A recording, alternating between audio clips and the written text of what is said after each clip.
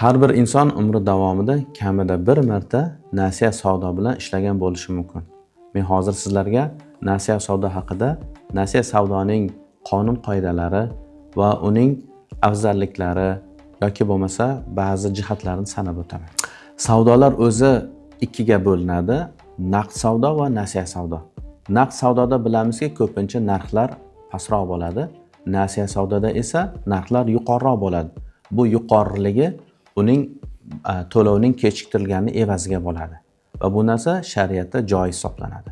Nasiya savdoda muhim shartlardan biri shuki, sotilayotgan mol mavjud bo'lishi kerak, sotuvchining egaligida, tasarrufida bo'lishi kerak va bu harom mollar sirasi kirmagan mollardan bo'lishi kerak.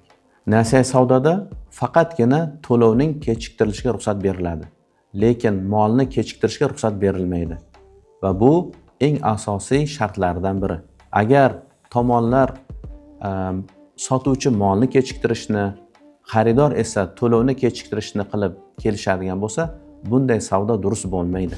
Demak, nasiya savdoda sotuvchi molni topshirishi kerak, xaridor esa kelishilgan narxni kechroq muddatda to'lashligi mumkindir.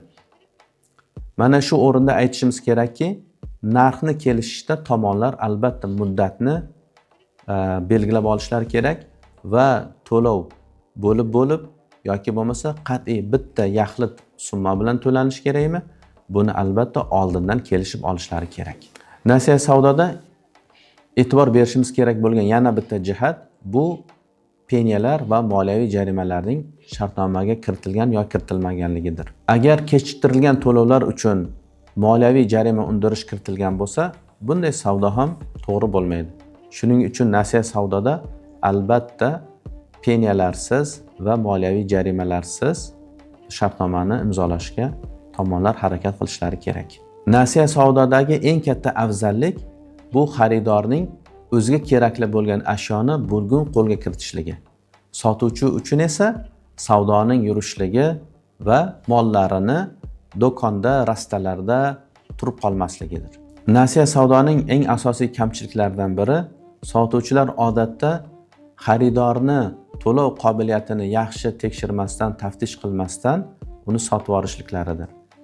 Bu narsa ularni mollari debitor qarzlarda qotib qolishiga olib keladi.